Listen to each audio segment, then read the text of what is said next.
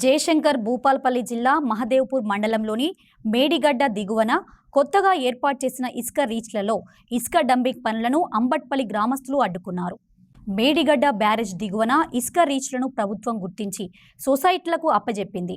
ఆయా ఇసుక రీచ్లలో మాన్యువల్ పద్ధతిలో ఇసుక డంపింగ్ నిర్వహించాల్సి ఉండగా 2, 3, 4 ఇసుక క్వారీలతో పాటు పెద్దంపేట, పంకెన ఇసుక రీచ్లలో యంత్రాలతో డంపింగ్ చేస్తున్నారు. దీంతో అంబట్పల్లి గ్రామస్తులు ఆయా ఇసుక రీచ్ల వద్దకు వెళ్లి డంపింగ్ పనులను అడ్డుకున్నారు. ఇసుక రీచ్లలో నిబంధనలకు విరుద్ధంగా గుత్తేదారులు భారీ యంత్రాలతో డంపింగ్ చేస్తున్నారని నిరసిస్తూ గ్రామస్తులు పనులను అడ్డుకొని గుత్తేదారులను నిలదీశారు.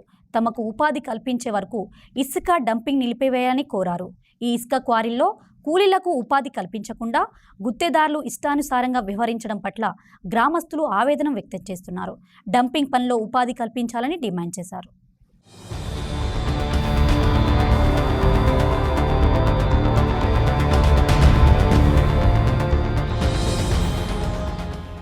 ట్రాక్టర్ల ద్వారా మరి లేబర్తోని నింపి ఒడ్డున పోయడానికి ట్రాక్టర్కు సంబంధం లేకుండా లేబర్కే 500 రూపాయలు డిమాండ్ చేసినాం. మరి ట్రాక్టర్లకు కూడా సపరేట్ ఇచ్చుకోవాలని సూచించినప్పటికీ మరి గుత్తేదారులు కానీ ఇక్కడ కాంట్రాక్టర్లు కానీ మేము లేబర్కును ట్రాక్టర్లకు కలిసి 500 ఇస్తాం, మీ ఇష్టం ఉంటే చేయండి లేకపోతే లేదని మరి ఏదా రాజా తదా ప్రజా అన్నట్టు ప్రజలతో సంబంధం లేకుండానే ఈ వ్యవస్థను కొనసాగిస్తున్నారు.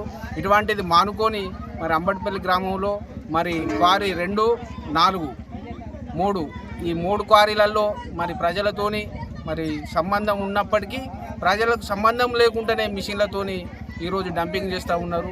ఇటు పద్ధతిని మానుకొని మరి గ్రామంలో ఉన్న ప్రజలందరికీ ఉపాధి కల్పించి వీళ్ళని ఆదుకోవాల్సిన బాధ్యత ప్రభుత్వం మీద ఉంది. మరి మా డిమాండు ఒక ట్రాక్టర్కు 2.5 క్యూబిక్ మీటర్లు మరి ఆ లోడ్ చేసిన దానికి గాను మాకు 500 రూపాయలు కేటాయించాలని మా ప్రజలందరి డిమాండు. మరి గుత్తేదారులు ఈ విషయాన్ని మరి అందరి సమక్షంలో గ్రామసభ పెట్టి నిర్ణయం జరిగినాకనే ఈ పనులు ప్రారంభించాలని కోరుతున్నాం. లేని ఎడల ఈ పనులు నిలిపివేయడానికి మేము గ్రామస్తులమందరం ఏకమై ఇక్కడ పనులు అడ్డుకుంటామని తెలియజేస్తూ ఉన్నాం.